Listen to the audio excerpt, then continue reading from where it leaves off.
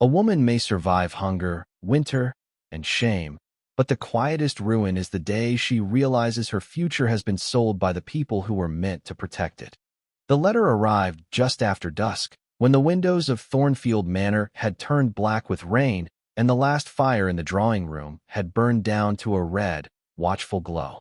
Isabel Hartwell stood beside the marble mantel with the envelope in her hand, its heavy cream paper sealed in dark blue wax bearing the crest of Ravensshire, a raven with its wings spread above a silver crown. She did not break the seal at once. She already knew what it contained. Her father had avoided her eyes at breakfast. Her stepmother had smiled too sweetly over her tea. The servants had moved through the halls with that particular silence that always followed bad news in a failing house. Outside, the wind pressed against the old glass as if the night itself wished to enter and witness her humiliation. Thornfield Manor had once stood proud on 600 acres of green Maryland countryside, with white columns, wide staircases, and stables filled with bright horses.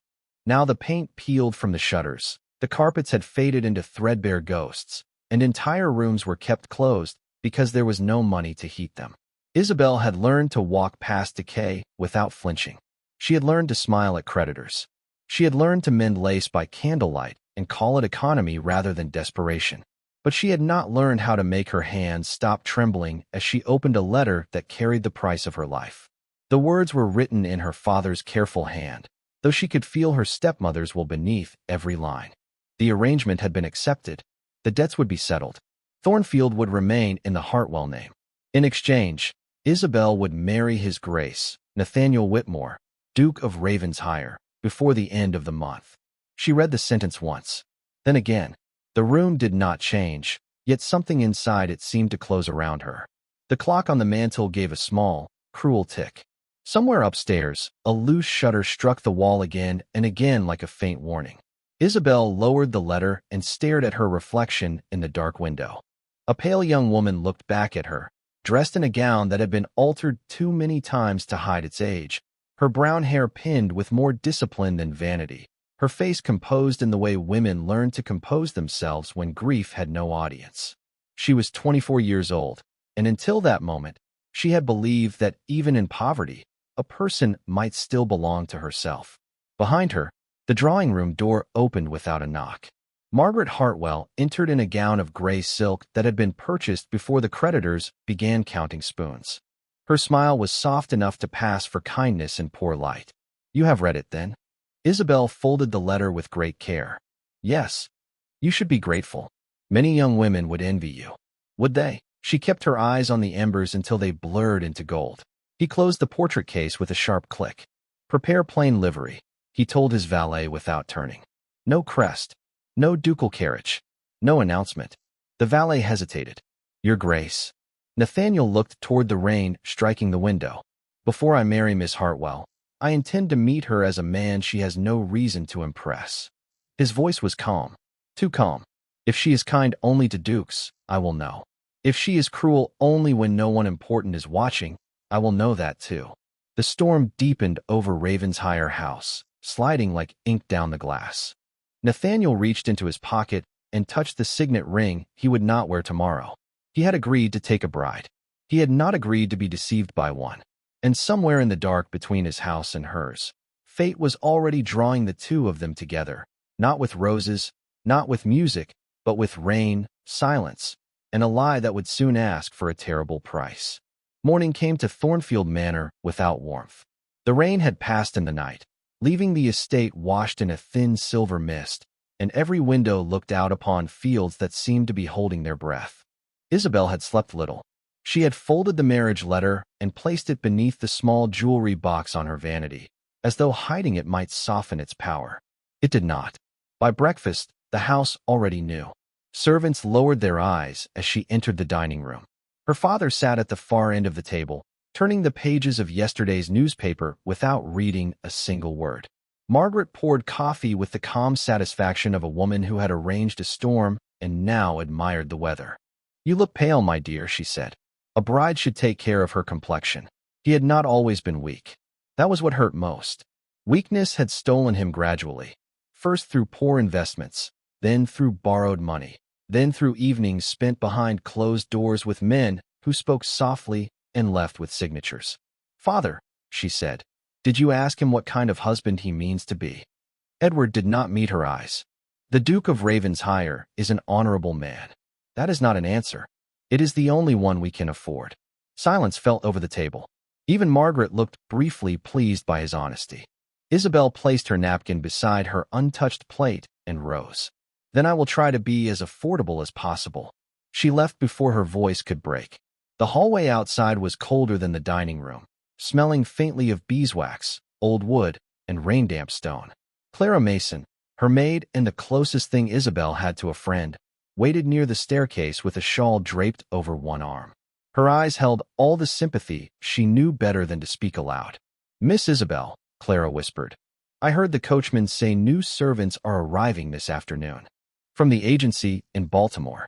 Isabel managed a tired smile. "Then Thornfield gains more witnesses to its decline." "You should not speak of yourself that way. I was speaking of the house." But they both knew she was not. By noon, carts began to roll up the gravel drive, carrying trunks, crates of coal purchased on credit, and 2 new household servants hired cheaply because the engagement required the appearance of order. Isabel watched from the landing above the entrance hall as Mrs. Bell, the housekeeper, inspected them with the severity of a general receiving poor troops. One was a kitchen boy no older than 16. The other stood behind him in plain dark livery, tall, composed, his cap lowered just enough to shadow his face. Something about him did not belong. Not his posture, not his stillness, not the careful way he seemed to notice everything without appearing to look at anything. "Name?" Mrs. Bell demanded. The man inclined his head. "Nicholas Reed, ma'am." His voice was low, educated beneath its restraint. Isabel's fingers tightened lightly on the banister. He looked up then, only for a second. Their eyes met across the height of the hall. Gray eyes, clear, watchful, and far too steady for a man entering service in a house that could barely pay wages. Isabel turned away first, unsettled by the strange feeling that she had not been observed, but measured. Below, Nathaniel Whitmore kept his face respectfully lowered while the woman on the staircase disappeared from view. So that was Miss Hartwell, not smiling for approval, not glittering with triumph, not wearing the face of a woman who had just secured a duke. She looked instead like someone standing at the edge of a frozen lake, aware the ice beneath her feet had already begun to crack. It irritated him that he noticed. It irritated him more that he cared. The housekeeper handed him a folded cloth. "You will assist in the dining room tonight. Keep silent unless addressed. This family has enough trouble without servants adding to it." "Yes, ma'am," Nathaniel said. The lie sat cleanly on his tongue. He had worn uniforms in Washington drawing rooms, mourning black at funerals, and ducal velvet beneath chandeliers. Yet no garment had ever felt as dangerous as borrowed livery.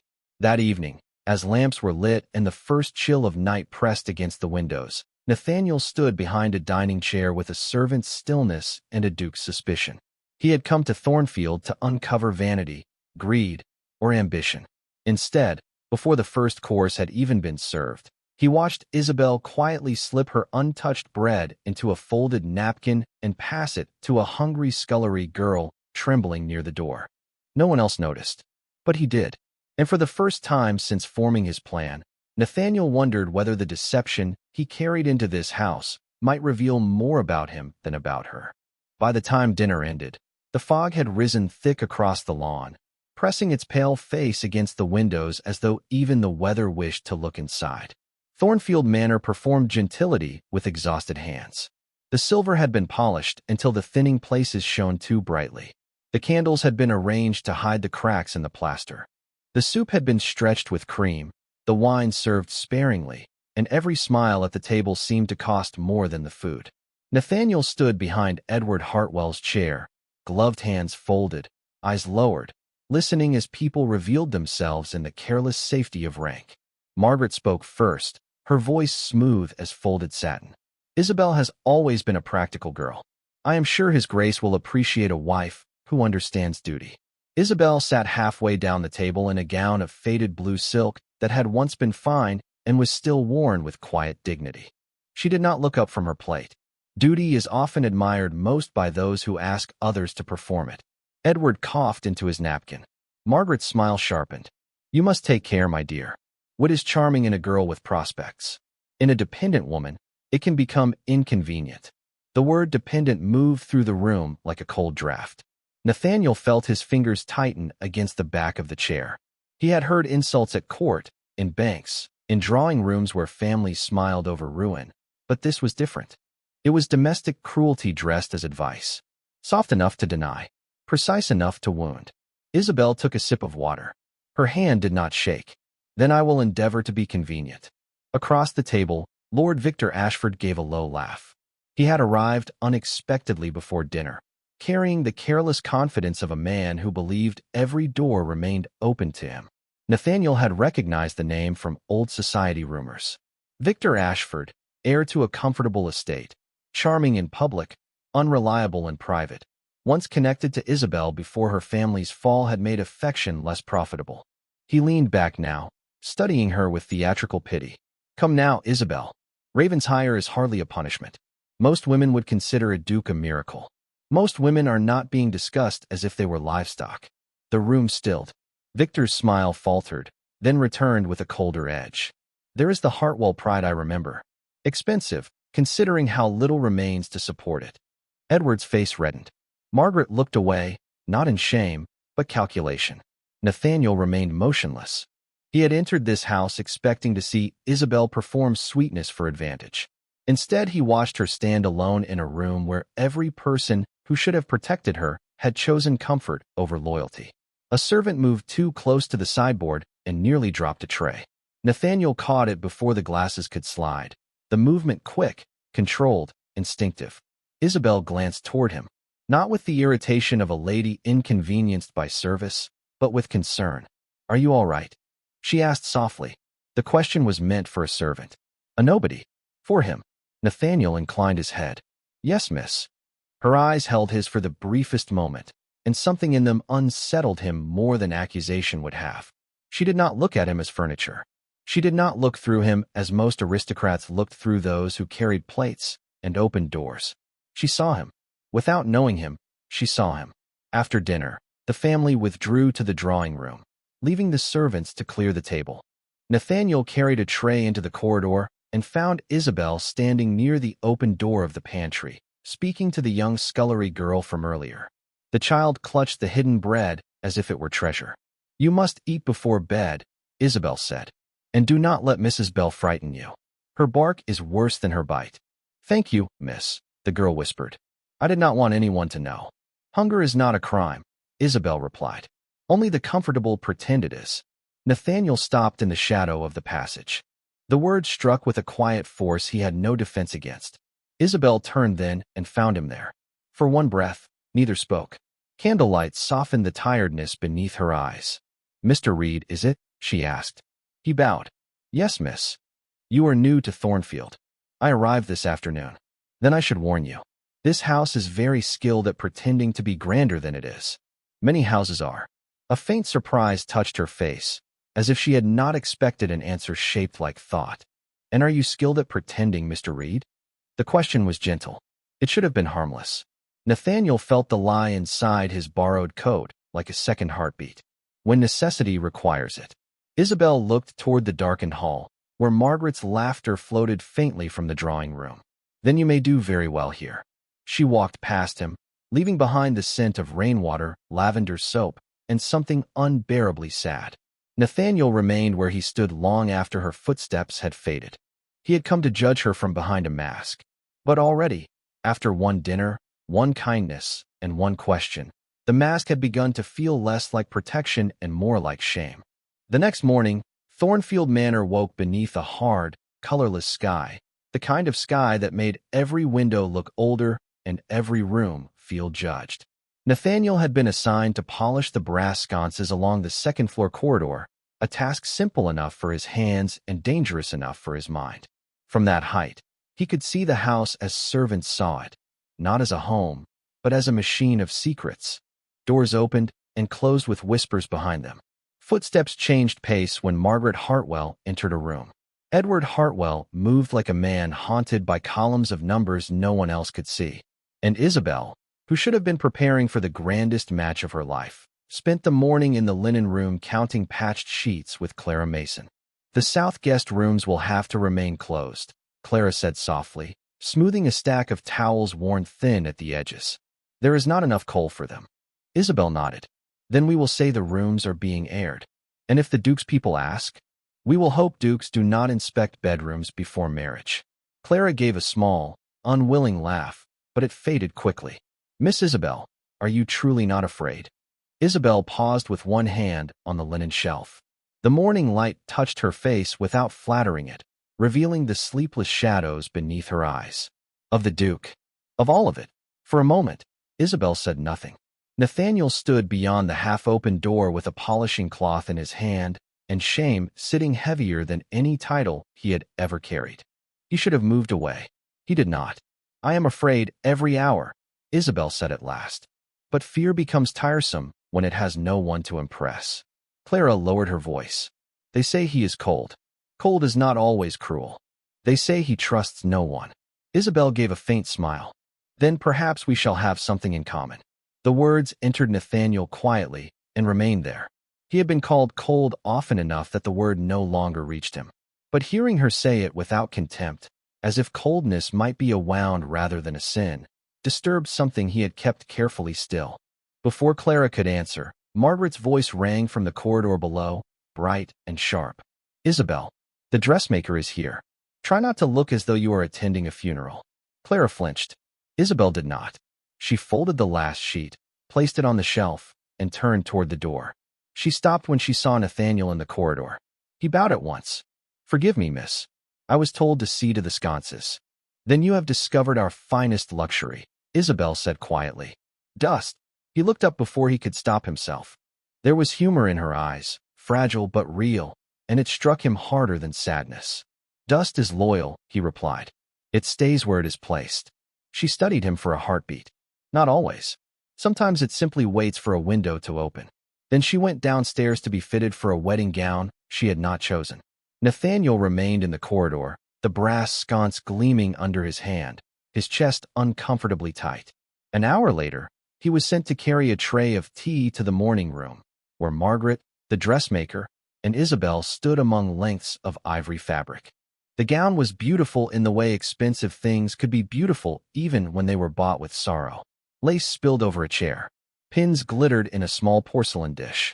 Margaret circled Isabel with the satisfied air of a merchant inspecting fragile porcelain before shipment. A higher neckline, Margaret said. His Grace is a traditional man, I am told. And taken the waist. She has grown thin, but we must not make it obvious. The dressmaker murmured obedience. Isabel stood upon the small fitting platform with her hands clasped before her, still as a statue in a chapel no one visited. Nathaniel set the tray down near the window and tried to become invisible. He failed only to himself. Margaret lifted a piece of lace against Isabel's shoulder. You should be pleased. Ravenshire could have had any woman in New York or Washington. He is choosing you despite everything. Isabel's gaze moved to the mirror, where Nathaniel appeared behind her as a dark, silent figure in servant's black. Despite what exactly? Margaret smiled. Your age. Your family's condition. Your unfortunate history with Lord Ashford. Men remember such things, even when they pretend generosity. The room cooled. The dressmaker looked down.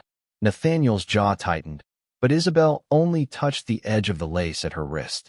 Then I am grateful His Grace is marrying me and not my reputation. Margaret's face hardened. Careful, child. Pride has never paid a debt. Isabel stepped down from the platform with quiet dignity. No, but it has kept me from becoming one.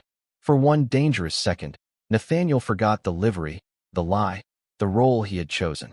He looked at her not as a man testing a bride, but as a man witnessing courage without applause. Isabel met his gaze in the mirror. She saw something there, something too intense for a servant and too wounded for a stranger. The moment passed. Margaret ordered more tea. The dressmaker reached for another pin. Life resumed its performance. But Nathaniel knew, with a certainty that unsettled him, that his expectations had begun to break long before the conversation he had come to overhear. They were breaking in smaller ways, in a crust of bread, in a linen room confession, in a woman standing straight while others tried to make her smaller. and each fracture let in light he had not asked for. That evening, Rain returned to Thornfield with the patience of an old creditor, tapping first at the roof, then at the windows, then at the dark glass of the library where Isabel had gone to be alone. The room smelled of leather, cold ashes, and lavender from the small sachet Clara had placed between the curtains months ago in a failed attempt to make decay feel graceful. Isabel carried no candle at first. She knew the path by memory. 3 steps past the globe with the cracked equator, 7 steps to her father's favorite chair, 1 hand along the shelf where the poetry books gathered dust, because no one in that house had time for beauty unless it could be sold. Nathaniel had entered the library only minutes before to close the shutters, following Mrs. Bell's instructions, but the loose hinge had resisted him, and by the time he heard footsteps, he was hidden by the tall shelves near the north wall. He could have revealed himself. He should have. But then Clara's soft voice came from the doorway. "Miss Isabel, you should not sit in the dark." "The dark is honest," Isabel replied. "It does not pretend to be warm." Clara lit 2 lamps. Gold spread across the room in trembling circles, touching the worn carpet, the faded spines, the pale outline of Isabel's face. She stood near the desk, looking at the marriage contract that had been left there for her signature. The document rested flat and formal, as if ink could make surrender respectable. Clara approached carefully. "You do not have to sign tonight." Isabel gave a small, tired smile. "That is what people say when tomorrow has already been decided. Perhaps the Duke will be kinder than they say. Perhaps he will care for you." Isabel looked down at the paper. "Men of his rank are not taught to care for women like me. They are taught to acquire, to preserve, to continue a name across generations. A wife becomes part of the estate, like land, silver, or a portrait hung in the proper room." Behind the shelf, Nathaniel went still. The words did not flatter him, yet they were not foolish. Worse, they were fair. Clara touched Isabel's sleeve. "You have not even met him." "No," Isabel whispered. "And that is the strangest cruelty. I am to give my life to a stranger everyone insists I should be grateful for." Her voice did not rise. That made it harder to hear. Pain shouted could be dismissed as drama. Pain spoken softly had the weight of truth. Nathaniel felt each word settle in him, cold and exact. Clara glanced toward the closed door. What if he is lonely too? Isabel's expression changed, not into hope, but something more dangerous, compassion. "Then I pity him." "You pity the Duke of Ravensshire?" "Yes." She folded her hands together. "A man who must buy a bride through her father's debts cannot be as powerful as the world believes." Nathaniel's breath caught before he could command it. He had expected fear, resentment, perhaps ambition hidden behind trembling lashes. He had not expected pity. Not from her. Not from the woman he had come to judge. Clara lowered her voice. "And if he expects affection?" Isabel turned toward the rain-dark window. For a long moment, the library held only the sound of water against glass. Then she spoke the words that would change the shape of Nathaniel's life. "I do not fear poverty, Clara. I have worn mended gloves and eaten thin soup, and smiled while creditors counted the furniture. Poverty is cold, but it looks you in the face. What I fear is belonging to someone who will never see me." Silence followed. Not empty silence. Living silence. The kind that enters a room and rearranges everything. Nathaniel closed his eyes. Something in him fractured so quietly that no one else could have heard it. All his careful suspicion, all his pride, all the bitter lessons he had built around his heart, seemed suddenly less like wisdom and more like cowardice dressed in black. Isabel sat at the desk and took up the pen. Clara made a soft sound of protest, but Isabel shook her head. "If I must go to Ravensshire, I will go standing. I will not be dragged by pity, nor purchased entirely by shame." She signed her name with a steady hand. Isabel Hartwell. The ink shone wet beneath the lamplight. Nathaniel watched from behind the shelves as if he had witnessed not a contract, but a vow made to survive him. When Clara left to fetch sealing wax, Isabel remained alone in the library, her fingers resting beside the signature. Nathaniel stepped back too late. The old floor gave a faint creak. Isabel turned sharply.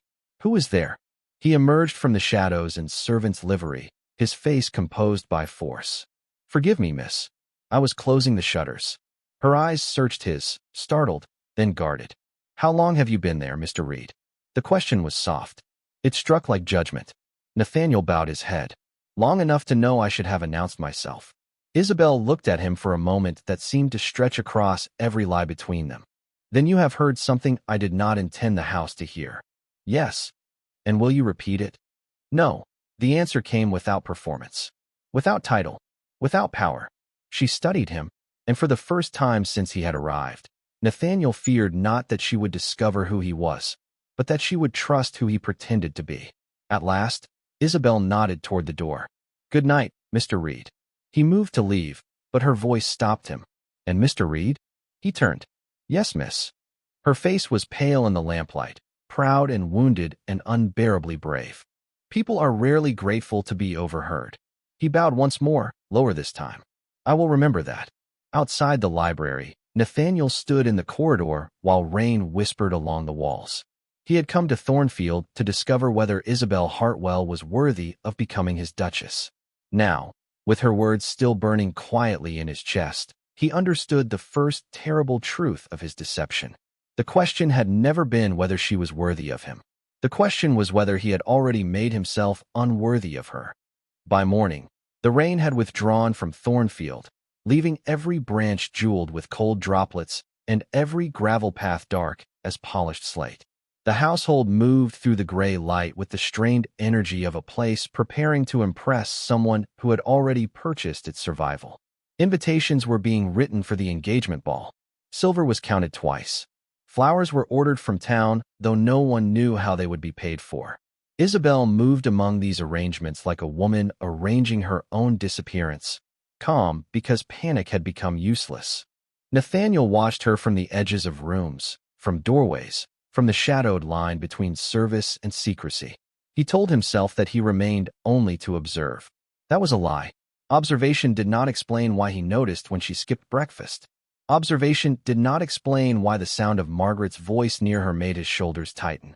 Observation did not explain why he had spent half the night in a narrow servant's bed, staring at the ceiling, hearing her words again and again. What I fear is belonging to someone who will never see me. Near noon, Mrs. Bell sent him to the abandoned greenhouse with a basket of cracked clay pots to be sorted before they were thrown away. It stood beyond the east lawn, a long glass structure half swallowed by ivy, its iron ribs dark against the pale sky. Nathaniel found Isabel there before him. She was kneeling beside a row of winter herbs, her gloves folded neatly on a bench, her bare fingers brushing soil away from the roots of a struggling rosemary plant. I was told this place had been shut for years, he said before remembering that servants did not begin conversations with ladies. Isabel looked over her shoulder, not offended. It was. I reopened it last spring because the kitchen needed herbs and I needed somewhere no one thought to look for me. Should I leave, miss? Would you prefer to?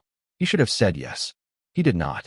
No, a faint smile touched her mouth, small and unguarded enough to feel accidental. Then you may stay, Mr. Reed, if you promise not to report that the future Duchess of Ravensshire has dirt under her fingernails. I would not dare. No. You seem like a man who dares many things, but very carefully. Nathaniel set the basket down, feeling the ground shift beneath the simplicity of her words.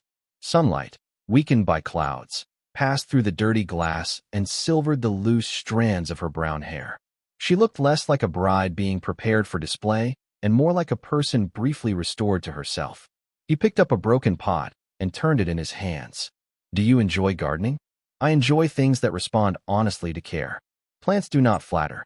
They do not pretend affection. They either live or they do not. That is a severe philosophy for rosemary. It is a forgiving plant. It survives neglect better than most people. He looked at her then, and she looked back without fear. The silence between them was not empty. It had begun to carry meaning. Isabel returned to the soil. Have you always been in service? The question should have been easy. It was not. No, miss. What were you before? A son. A widower in all but name. A duke. A coward. A man who believed work could keep him from memory. Her hand stilled. She did not ask the obvious question. That restraint moved him more than curiosity would have. Memory follows, she said. Yes. Even into greenhouses. Especially there, perhaps. She brushed soil from a root with great care. My mother loved this place. After she died, my father locked it. Margaret said dead women should not be allowed to keep rooms in living houses. Nathaniel's chest tightened. That was unkind. It was efficient. Margaret is often efficient where tenderness would take longer. A droplet fell from the glass roof into a cracked basin with a sound like a small bell. Isabel glanced toward the house, its pale columns visible beyond the ivy. When I marry, I suppose this place will be locked again. You could ask that it remain open. A wife may ask many things. Whether she is heard is another matter. He thought of Ravenshire's house, its vast conservatory heated through winter, its orange trees tended by 3 gardeners, its rooms kept empty because he had allowed silence to become a tradition. He imagined Isabel there, not as an ornament, not as a solution, but as a woman touching leaves back to life. The image unsettled him with its tenderness. Perhaps, he said slowly, the man you marry may not be entirely deaf. Isabel gave a quiet laugh without joy. You defend him for a servant who has never met him. I defend the possibility that men can be wrong about themselves. She looked at him then, more deeply than before. And are you wrong about yourself, Mr. Reed? The question entered him like light through a shuttered room. He wanted to answer honestly. He wanted, for one reckless moment, to remove every disguise he had brought with him and stand before her with nothing but his name and his shame. Instead, he lowered his gaze. I am beginning to suspect so. Isabel did not smile this time. Her expression softened into something more dangerous than trust because it asked for nothing. Then perhaps there is hope for you. Footsteps sounded on the gravel outside, and the moment broke. Clara appeared at the greenhouse door, breathless. Miss Isabel, Lord Ashford has called again. Mrs. Hartwell says you must come at once. The warmth left Isabel's face. She rose, wiping her hands on a cloth. Nathaniel saw how quickly she put herself away, folding tenderness behind composure as one might close a letter before it could be read. At the door, she paused beside him. Thank you for not leaving. He bowed, but the gesture felt poorer than the truth. Thank you for allowing me to stay. She walked back toward the house, Clara at her side, her blue morning dress moving through the wet garden like a piece of sky caught in thorns. Nathaniel remained in the greenhouse, surrounded by cracked pots and stubborn herbs, knowing with terrible clarity that Isabel had trusted Nicholas Reed with a fragment of herself she might never have given the Duke of Ravensshire. And because Nicholas Reed did not exist, every kindness she had offered him had become another debt he did not know how to repay. Lord Victor Ashford was waiting in the front parlor with one ankle crossed over his knee and a smile that made the room feel smaller. He had chosen the chair nearest the fire, not because he needed warmth, but because men like him understood the power of occupying the best place before being offered it. Margaret sat across from him, elegant and watchful, while Edward Hartwell stood near the window with the expression of a man hoping a storm would arrive and excuse him from his own house. Isabel entered with Clara behind her, and the faint scent of wet earth from the greenhouse seemed to follow her into the polished air. Victor rose too smoothly. Isabel, you look unchanged. She stopped near the doorway. Then you have not been looking closely. His smile thinned. Still fond of sharp edges, I see. Only when handled carelessly. Margaret gave a soft laugh meant to sound indulgent. Lord Ashford has come with concern for your future, my dear. That is generous, considering the past. Nathaniel stood in the corridor beyond the half-open door, holding a tray Mrs. Bell had ordered him to bring. He heard enough in Margaret's tone to understand that this meeting had not been arranged for kindness. Victor crossed the room and offered Isabel a small bow. I will speak plainly. There are rumors in Baltimore already. A sudden engagement. A desperate estate. A duke known for privacy. People will ask questions. Isabel's face did not change. People ask questions when they have no useful work. They will ask why Ravensshire chose you. Then perhaps they should ask him. Victor's eye sharpened. Will you be certain of his answer? The room became very still. Edward turned from the window, but said nothing. Margaret lowered her gaze to her teacup, satisfied by the silence she had helped prepare. Victor took a folded paper from his coat and placed it on the small table between them. There is a way to protect the Hartwell name. Sign this before the engagement ball. It states that any remaining maternal property attached to you will be placed under your father's discretion until your marriage is completed. A gesture of trust. Isabel looked at the paper but did not touch it. My mother's property. A technicality. Her books, her greenhouse, the small account she left for me, and the East Meadow she insisted remain in my name. Those technicalities. Margaret's voice cooled. Sentiment has never restored an estate. Isabel looked at her then. No, but greed has ruined many. Edward whispered her name, not in warning, but in embarrassment. That hurt more than Margaret's cruelty. Victor stepped closer, lowering his voice as if offering mercy. You are about to become a duchess. Why cling to scraps? Isabel's eyes lifted to his. Because they were given in love, and I have learned not to surrender such things to people who confuse possession with care. In the hallway, Nathaniel's grip tightened around the tray. He had known families to bargain with land, alliances, inheritances. He had signed contracts that moved fortunes across state lines with a stroke of ink. But this was not business. This was the quiet stripping away of a woman's last sanctuary by those who had already spent everything else. Victor sighed theatrically.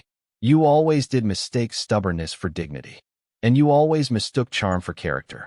His smile vanished for the first time. Be careful, Isabel. I could speak of our former understanding in ways that would make Ravensshire reconsider. Men of his position dislike uncertainty in a bride. There it was. Not concern. Not advice.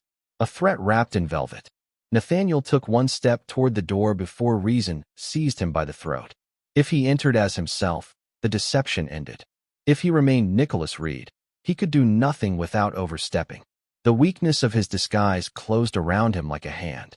Isabel stood alone before them all, pale but unbent. Say whatever helps you sleep, Victor.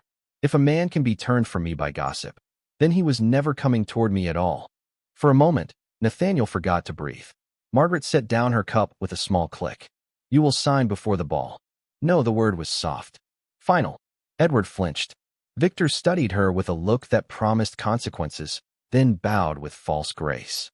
Then I suppose the ball will be more interesting than expected. He left the room slowly, passing so close to Nathaniel in the corridor that the scent of expensive cologne and cold arrogance trailed behind him. Nathaniel lowered his gaze, but Victor glanced at him with careless contempt, as though servants were shadows cast by better men. When the parlor emptied, Isabel remained by the table. The unsigned paper lay before her like a pale snake. Nathaniel entered only when Mrs. Bell's voice from downstairs gave him permission through duty. He collected the untouched cups in silence. Isabel did not look at him at first. You heard. It was not a question. Yes, miss. You seem to hear a great deal in this house. I am beginning to wish I heard less. She turned then. Her eyes were bright, but not with tears. With anger held so tightly, it had become almost luminous. Everyone wants me grateful. Grateful to be sold. Grateful to be rescued. Grateful to surrender what little still bears my name. Nathaniel set the tray down. You should not sign. The words escaped before he could bury them. Isabel looked at him carefully. That is bold advice from a servant. It is honest advice from a man. Silence opened between them, dangerous and alive. She searched his face, and he felt again that terrible nearness of being seen by the woman he was deceiving. And what would you know of men like the Duke of Ravensshire? She asked. Nathaniel's answer came low. Enough to know that if he needs your inheritance to secure his pride, he is poorer than you. Something in Isabel softened, not into trust entirely, but toward it. You speak as though you have stood near power before. He lowered his eyes. Near enough to know it does not make a man large. Outside, carriage wheels rolled over wet gravel as Victor departed. Inside, the unsigned paper remained on the table, untouched. Isabel took it at last, crossed to the fire, and held it above the flame until the edge browned and curled. She did not smile as it blackened. She only watched the paper disappear into ash. Nathaniel watched her, and in the warm flicker of that small defiance, he understood that the ball would not merely test Isabel Hartwell. It would expose every person who had mistaken her silence for surrender. The engagement ball transformed Thornfield Manor into a beautiful lie. By sunset, every cracked mirror had been polished, every fading curtain pinned to hide its frayed edge, every candle placed where light could flatter what money could no longer repair. Carriages began arriving just after 7 o'clock, their wheels hissing over the damp gravel drive, their lanterns glowing through the mist like watchful eyes. Inside, music trembled beneath the high ceiling of the ballroom. where garlands of white roses disguised old plaster and borrowed silver gleamed beneath 100 flames. Isabel stood at the top of the staircase in the ivory gown Margaret had chosen, the lace high at her throat, the sleeves fitted to her wrists, the skirt falling around her like moonlight made heavy. She looked every inch the bride of a duke. She felt like a letter sealed and sent before the writer had finished speaking. At the foot of the stairs, guests turned to admire her. Some smiled. Some whispered. Some measured the cost of her gown against the rumors of her family's ruin. Isabel descended slowly, her gloved hand resting on the banister, her face composed with such discipline that even Margaret looked briefly satisfied. Nathaniel stood with the other footmen near the west wall, dressed in dark livery, his borrowed gloves concealing the hand that should have worn the signet of Ravensshire. He had seen Isabel in lamplight, rainlight, and the muted green of the greenhouse, but the sight of her before society struck him with unexpected pain. They admired what they believed had been acquired. They did not see the courage required for her to walk into a room built from judgment. Margaret moved quickly to her side. "Smile, my dear.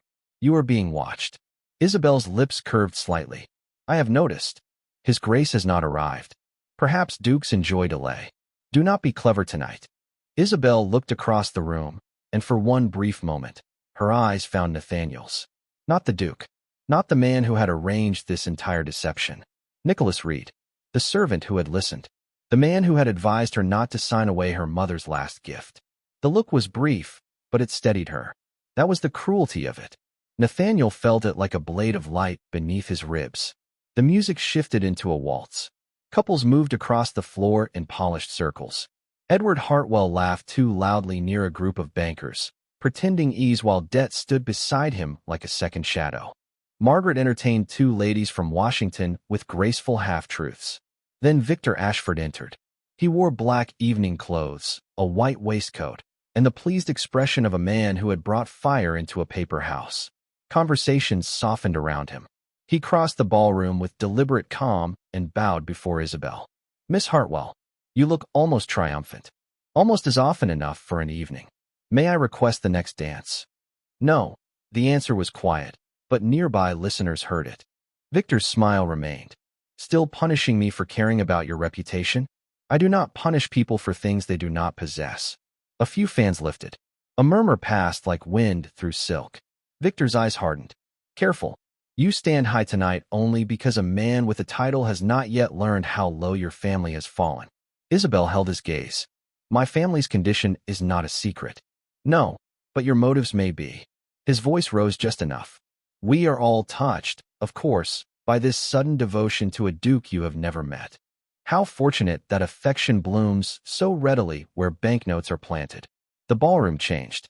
Music continued, but thinner now, uncertain beneath the weight of listening ears. Margaret went pale, not for Isabel, but for the scandal. Edward looked down at his glass. No one came forward.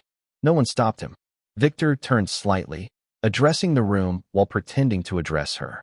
"One wonders what his Grace would think if he knew how eagerly Thornfield has counted his fortune before he has even taken a wife." Isabel stood very still. The humiliation was public now, bright as candlelight.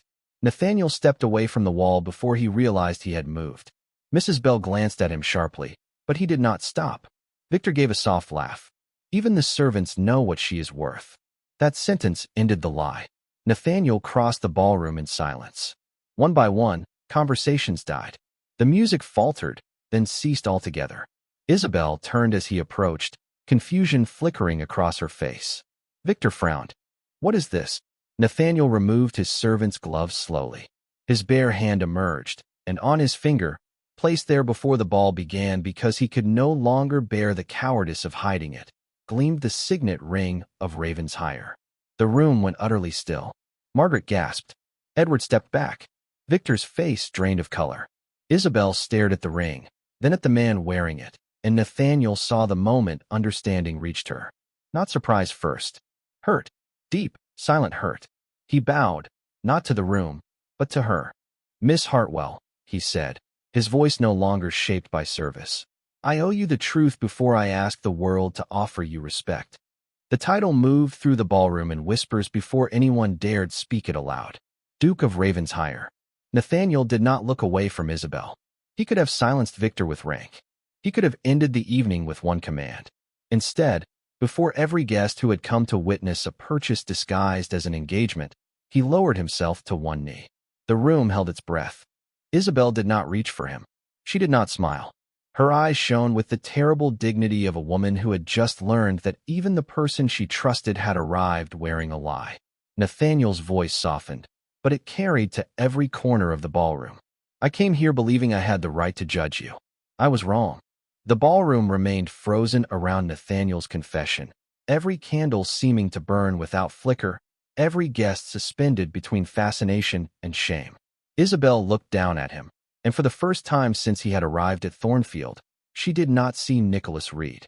She saw the Duke of Ravensshire. She saw the man who had stood in doorways while she was mocked, the man who had listened from shadows, the man who had received her honesty while wearing another life. The pain of it was quieter than anger. That made it worse. Nathaniel stayed on one knee, not because the gesture could repair what he had done, but because standing above her now would have been another form of arrogance. I came to discover whether you were worthy of my name, he said. Instead, I learned I was not yet worthy of yours. A murmur moved through the room. Margaret pressed a hand to her throat. Edward's eyes filled with an emotion too late to be useful. Victor Ashford stared at the signet ring as though it had become a verdict. Isabel did not look at any of them. You lied to me, she said. Her voice was soft, but the words carried farther than any shout. Nathaniel bowed his head. Yes. You let me speak to you as if you were safe. The accusation struck him fully because it was true. Yes. You let me trust a man who did not exist. Nathaniel looked up then, and whatever pride had once lived in his face had been stripped away. Nicholas Reed was false. What I felt in your presence was not. Isabel's eyes glistened, but no tear fell. She had denied that room the pleasure of her collapse, and Nathaniel loved her for it with a humility that frightened him. Do not ask me to be grateful for honesty that came only after concealment became impossible, she said. I would not dare. Slowly, he rose, but he did not move closer. I will not ask for your hand tonight. I have lost the right to ask anything before these people, but I will say what should have been said from the beginning. Your father's debts will be settled whether you marry me or not. Thornfield will not be taken from you. Your mother's property will remain yours. And Lord Ashford will never again use rumor as a leash in any room where my name has weight. Victor's mouth opened, then closed. Nathaniel turned his eyes on him at last, and the quiet in the ballroom sharpened. You spoke of worth, Lord Ashford. Remember this evening carefully. You stood among borrowed candles and measured a woman by debt, while she stood in truth and made every titled man here look poor. No one laughed. No one whispered. Victor stepped back, his face pale with the knowledge that society could be cruel, but it could also change direction with astonishing speed when power chose its target. Margaret moved toward Isabel with a strained smile. My dear, this is a misunderstanding we can discuss privately. Isabel turned to her. No, you have discussed my life privately long enough. The words settled over Margaret like ash. Edward took one step forward. Isabel, I only wanted to save the house. She looked at him then, and the grief in her face was older than the evening. You saved the walls, father. You forgot who was living inside them. Edward lowered his head. The music did not resume. The guests stood as if unwilling to admit they had come for celebration and found judgment instead. Isabel gathered the skirt of her ivory gown and walked toward the terrace doors. Nathaniel did not follow until she stopped at the threshold and spoke without turning. You may walk with me, Your Grace. Not because I have forgiven you, because I would rather hear the rest of the truth outside. He followed her into the night. The terrace was cold, washed silver beneath a clearing sky. Beyond the garden, the Maryland fields stretched dark and quiet, and somewhere far off, the rain had left the scent of wet earth behind. Isabel stood by the stone railing, her gloved hands resting lightly upon it. Was any part of you real? She asked. Nathaniel stood several feet away, the distance respectful and aching. The worst parts were real. The suspicion, the cowardice, the belief that I could protect myself by testing another person's heart from behind a mask. She turned her face toward him. And the better parts? Those began with you. The answer was simple. It did not ask to be praised. Isabel looked back over the garden. For a long moment, the only sound was the wind moving through the wet hedges. I do not know if I can marry you. Then do not. She turned, startled by the absence of protest. Nathaniel's voice remained steady, though his hands were not. Marry me only if one day you choose me freely. Not for Thornfield. Not for debt. Not because a ballroom watched me kneel. Until then, I will earn the chance to be known by you without disguise. Isabel studied him beneath the pale moonlight. The man before her was still a duke, still powerful, still capable of changing the lives of everyone inside with a word. But he was also standing in the cold, asking for nothing he had not earned. That did not heal the wound. It kept it from becoming another prison. At last, she removed one glove and held out her hand, not for a proposal, not for forgiveness, but for a beginning. Nathaniel took it, as if accepting something sacred and fragile. His fingers closed around hers with care, and the silence between them no longer felt like deception. It felt like space. Behind them, Thornfield blazed with candlelight, full of guests who would spend years retelling the night a duke knelt before the woman he had underestimated. But outside, beneath the clearing sky, Isabel and Nathaniel stood not as rescuer and rescued, not as buyer and bride, but as two wounded souls learning that love cannot bloom where truth is withheld. Some hearts only learn to beat again when they are finally seen without disguise.